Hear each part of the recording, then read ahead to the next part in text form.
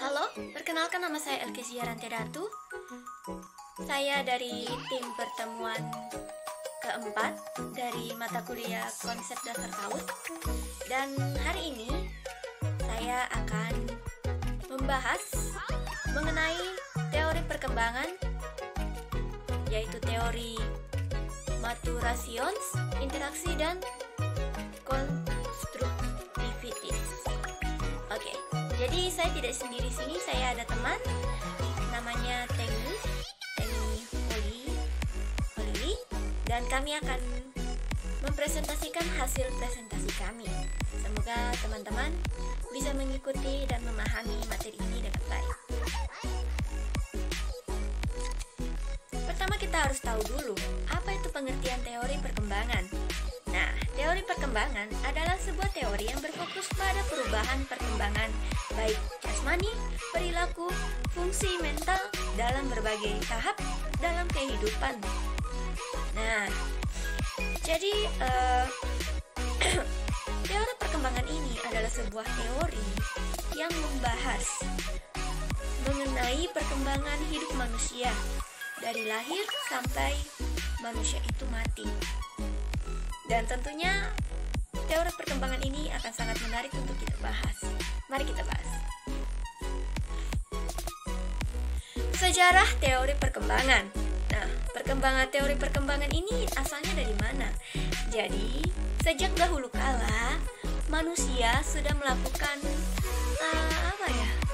seperti pemikiran-pemikiran tentang perkembangan manusia. Ya, namanya juga manusia kita kan.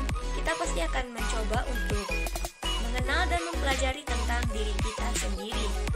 Nah, dari zaman dahulu sampai zaman sekarang, manusia ini semakin bertumbuh dan semakin berevolusi.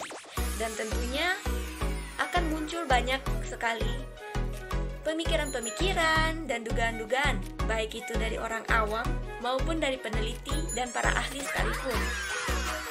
Dengan pemikiran berbeda-beda, sudut pandang berbeda, kacamata berbeda, tentu teori ini akan sangat bersikap cukup luas.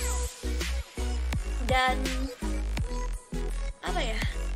bisa dibilang berkat teknologi dan kemajuan zaman yang pesat, sehingga teori-teori ini bisa terus berkembang dan bisa diaplikasikan dalam kehidupan manusia sehari-hari. Nah, apa saja itu teorinya? Mari kita perhatikan baik-baik. Oke, kita punya beberapa jenis perkembangan, macam-macam teori perkembangan. Ada sekitar 6 teori perkembangan. Teori perkembangannya antara lain ada teori behaviorisme, ada teori pengaruh, ada teori psikoanalisis, sudah dibahas di tim kemarin. Ada teori maturasionis, ada teori interaksi, dan ada teori konstruktivitas. Nah, di pembahasan video ini kami berdua akan membahas mengenai teori maturasionis, teori interaksi, dan teori konstruktivitas. Teori maturasionis. Teori maturasionis atau kematangan. Menurut pendapat para ahli, setiap anak wajib diberikan kesempatan untuk berkembang. Teori ini berpendapat bahwa pertumbuhan dan perkembangan lebih ditentukan oleh faktor keturunan atau faktor internal. Teori maturasionis menurut para ahli. 1. Jaques-Jaqueros. Menurut Jaques-Jaqueros, bahwa sifat alami atau bawaan yang akan menjadikan anak-anak berkembang sesuai dengan tingkat kematangannya. Dia menyatakan bahwa anak-anak tidak boleh diperlakukan seperti orang dewasa. Mereka hanya perlu diperlakukan sebagai anak-anak. Contohnya, kemampuan dan pengetahuan dasar anak-anak adalah berjalan, berbicara, dan membaca. Arnold Gesell. Pada tahun 2004, Gesell dalam bukunya An Introduction to Theory of Human Development meyakini bahwa pengaruh terpenting untuk pertumbuhan dan berkembang organisme adalah faktor biologi. Di dalam buku tersebut ditekankan pada proses-proses biologi. Oleh sebab itu, Gesell memfokuskan sebagian karyanya pada pematangan atau maturation, karena maturasi adalah sebuah proses yang sangat penting dan berdampak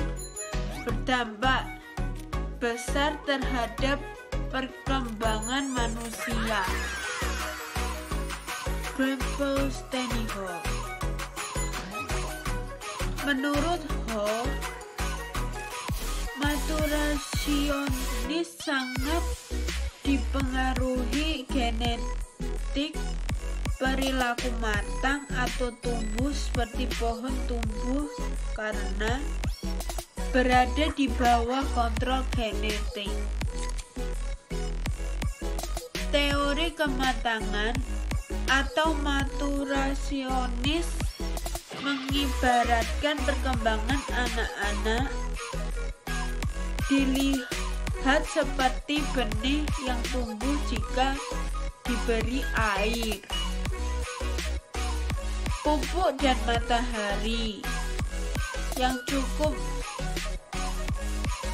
maka benih tersebut akan tumbuh lebih baik.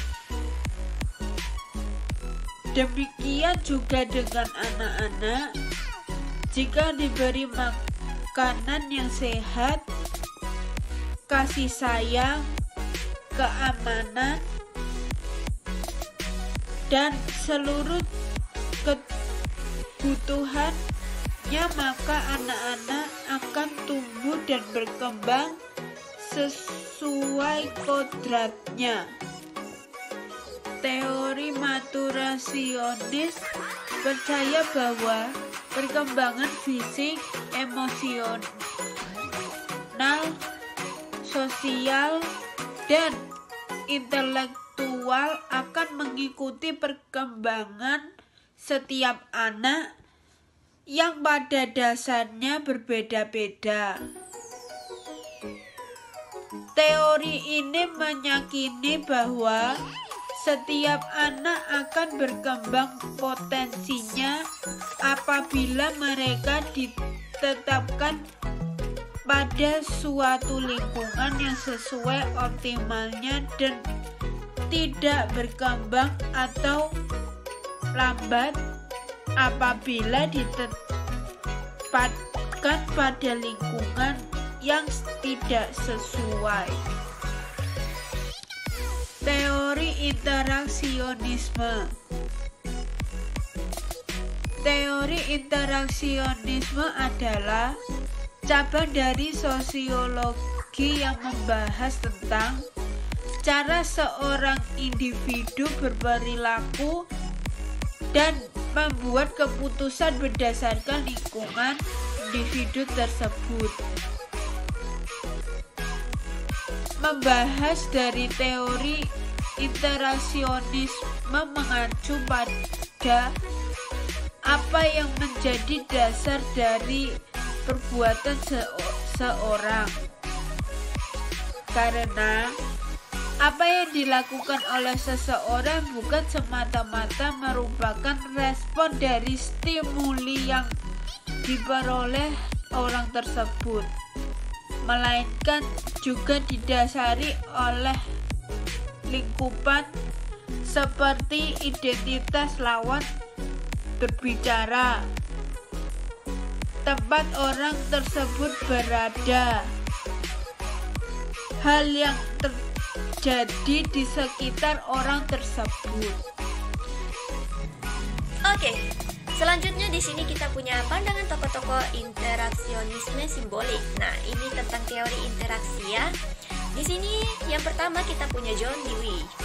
Nah, Ritzler mengemukakan pemikiran Dewey mengenai pemikiran manusia. Pemikiran manusia tidak hanya berperan sebagai instrumen, tetapi menjadi bagian dari sikap manusia. Pemikiran dan manusia tidak dapat terlepas satu dengan yang lainnya. Ia menemukan merupakan satu kesatuan. Interaksi antara manusia terjadi karena manusia berpikir. Jadi, menurut John Dewey, interaksi ini bisa terjadi ketika manusia berpikir. Ketika manusia berpikir, apa yang akan ia lakukan sehingga bertemu manusia lainnya, sehingga mereka melakukan sebuah interaksi seperti itu. Berikutnya ada satu lagi ilmuwan yang mengemukakan pendapat mengenai teori perkembangan interaksi ini, yaitu Charles Horton Coley.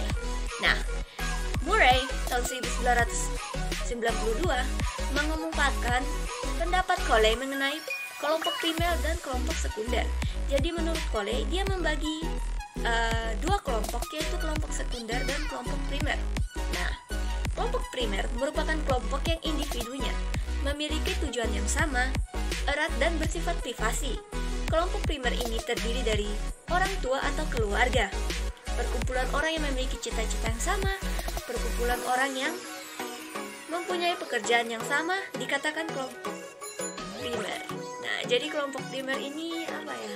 Kayak lebih intim begitu ya, lebih spesifik, lebih erat kaitannya dengan kehidupan diri masing-masing ya. Oke. Berikutnya kita punya kelompok sekunder. Nah, kelompok sekunder ini terdiri dari banyak orang meliputi individu-individu dengan berbagai kepentingan dan tujuan. Kelompok sekunder memiliki ciri, yaitu tidak memerlukan hubungan erat dan tidak memerlukan tali persaudaraan. Hubungan satu dengan lainnya tidak lama. Jadi hubungan antara kelompok sekunder ini tidak begitu, bisa dibilang tidak terlalu erat ya. Hanya sebatas tahu, hanya sebatas say hi, dan sudah berlalu. Berbeda dengan primer yang lebih condong ke orang-orang yang paling dekat dengan kita, orang-orang yang satu circle dengan kita. Kalau sekunder ini dia lebih ke apa ya, kayak tidak terlalu kentara lah istilahnya seperti itu. Oke, teori berikutnya kita dapat dari George Herbert Mead. Sehubungan dengan interaksionis simbolik, Mead sangat dipengaruhi oleh revolusi dari Darwin yang menyatakan organisme hidup secara berkelanjutan, terlibat dalam usaha penyesuaian diri dengan lingkungannya, sehingga organisme tersebut mengalami perubahan terus-menerus. Dari dasar pikiran inilah, Mead melihat bahwa pikiran manusia sebagai sesuatu yang muncul dalam proses evolusi secara ilmiah. Proses evolusi ini memungkinkan manusia untuk menyesuaikan diri secara alamiah pada lingkungan di mana ia hidup. Nah, jadi kalau dari George Herbert Mead ini, dia berpikiran bahwa proses interaksi antara manusia itu terjadi untuk menyesuaikan diri pada lingkungan tempat dia hidup. Jadi, jika dia ingin menyesuaikan diri, maka manusia harus melakukan interaksi seperti itu. Berikutnya juga kita punya dari Herbert Blumer. Nah, Herbert Blumer merupakan salah seorang tokoh interaksionisme simbolik yang menyatakan bahwa organisasi masyarakat merupakan kerangka di mana terdapat tindakan sosial yang bukan ditentukan oleh kelakuan individunya.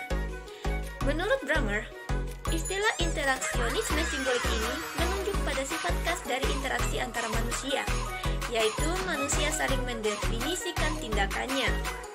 Pada teori ini dijelaskan bahwa tindakan manusia tidak disebabkan oleh sesuatu kekuatan luar, tidak pula disebabkan oleh kekuatan dalam, akan tetapi didasarkan pada pemaknaan atas sesuatu yang dihadapinya lewat proses yang oleh Blumer disebut self-indication. Nah, jadi kalau menurut Blumer,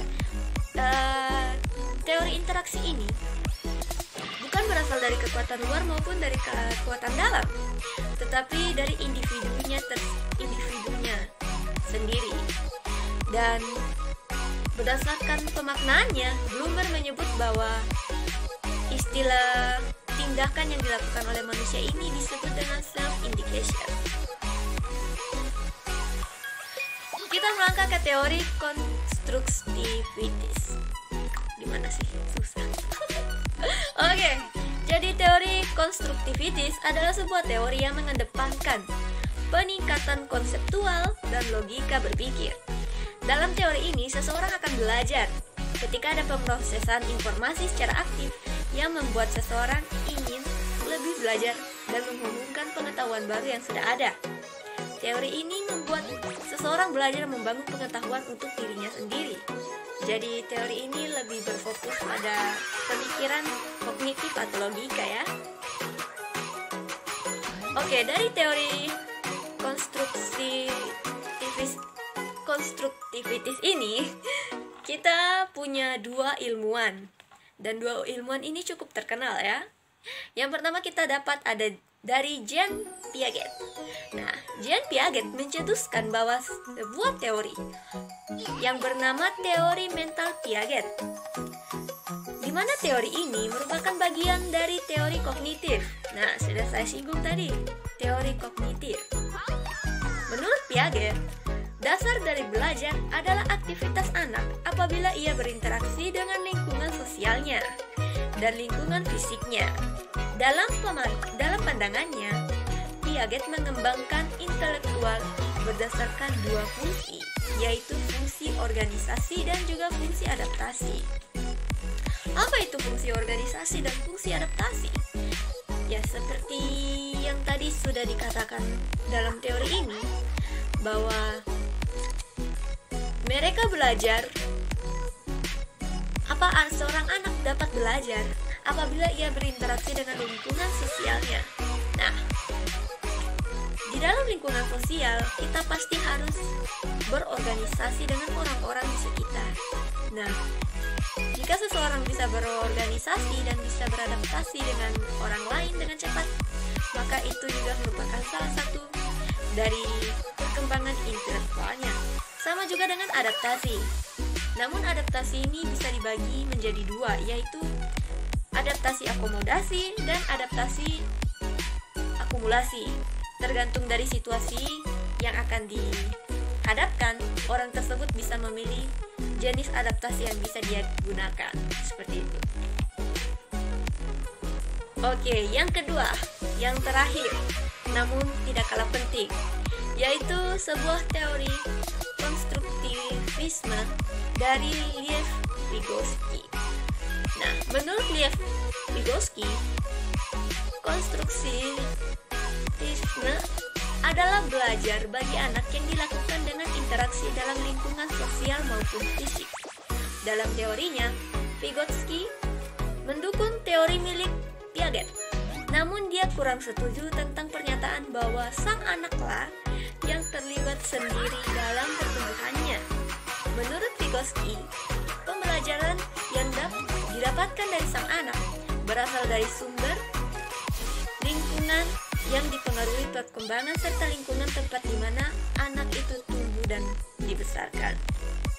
Jadi teori Vygotsky ini hampir sama dengan teori Piaget, namun Vygotsky menyanggah bahwa sebenarnya perkembangan dari sang anak, informasi yang didapatkan dari seorang anak ketika belajar itu dia dapatkan dari orang-orang di sekitarnya, dari lingkungan di sekitarnya, dari tempat di mana dia tinggal, bukan dari anak itu sendiri. Kalau dari Piaget dia lebih condong ke individu anak itu sendiri. Jadi kalau untuk dari Piaget, anak itu harus bersosialisasi menggunakan kemampuan yang ia miliki.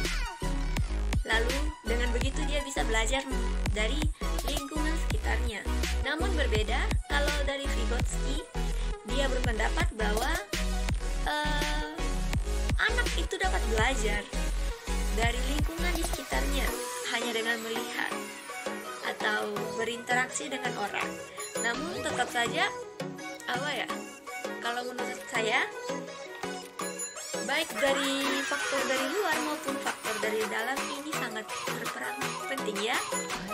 Jadi mau itu dari teori Piaget maupun dari teori Vygotsky, menurut saya kedua-duanya ini sangat afdol jika disatukan. Seperti itu.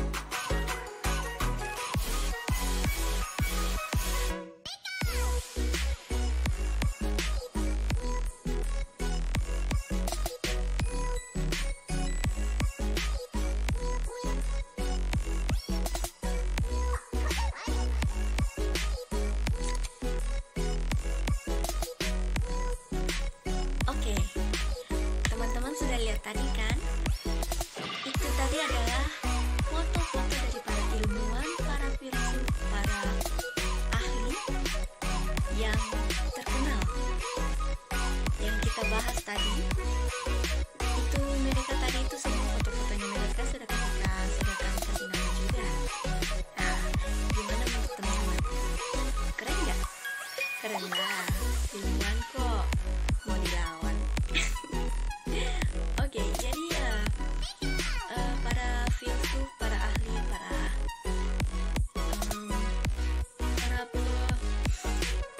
para pemuka, mereka yang mengemukakan 3 teori yang tadi kita bahas, yaitu teori perkembangan makhluk. Ya, itulah 3 teori itu tadi ya. Susah namanya. Oke. Jadi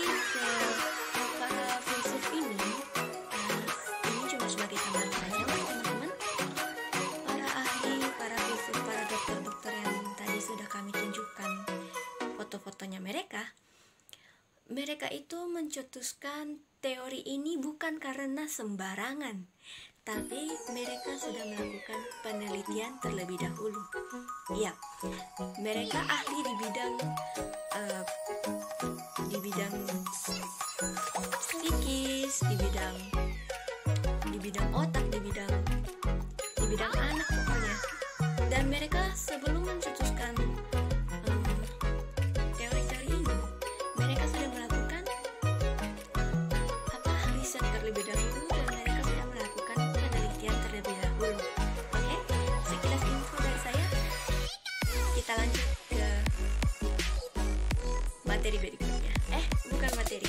Kita lanjut ke kesimpulan. Oke, kita punya kesimpulan di sini. Dari ketiga teori tadi, kami berdua sudah membuat sebuah kesimpulan. Nah, kesimpulan pertama kami mengenai teori manturasionis. Manturasionis ini merupakan teori di mana setiap anak diberikan kesempatan untuk tumbuh dan berkembang. Dan teori ini lebih ditentukan atau mengacu pada faktor keturunan atau faktor internal. Jadi kalau teori manturasionis ini dia lebih ke faktor internal, faktor bawaan dari dalam diri dan faktor bawaan dari keturunan, dari ayah, ibu, kakek, nenek, dan sebagainya. Kalau dari teori interaksi, ini adalah teori yang mengacu pada seseorang atau seorang individu yang membuat keputusan berdasarkan lingkungan individu tersebut. Teori ini lebih condong ke arah perilaku individu atau interaksi yang dilakukan olehnya. Nah, jadi kalau teori interaksi ini sesuai namanya, interaksi. Jadi teori ini lebih mengacu kepada interaksi dari individu tersebut. Apa yang akan dilakukan oleh individu tersebut dan apa yang akan dipikirkan oleh individu tersebut ketika melakukan sebuah interaksi dengan orang lain. Seperti itu. Dan yang ketiga, di sini kita dapat teori konstruktivitis.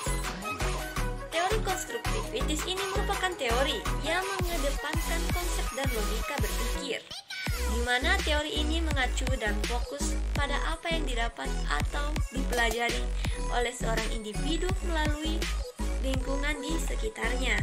Jadi, tadi saya sudah bilang, teori konstruktivitis ini dia lebih ke logika dan apa yang didapatkan oleh seseorang melalui lingkungannya, itulah yang akan menjadi informasi dan yang akan menjadi pembelajaran bagi seseorang individu tersebut. Jadi ketiga teori ini berbeda-beda. Yang satu tentang faktor genetik, yang satu tentang interaksi, dan yang satu tentang bagaimana cara orang itu menyerap informasi dari lingkungan di sekitarnya. Cukup menarik untuk kita bahas ya.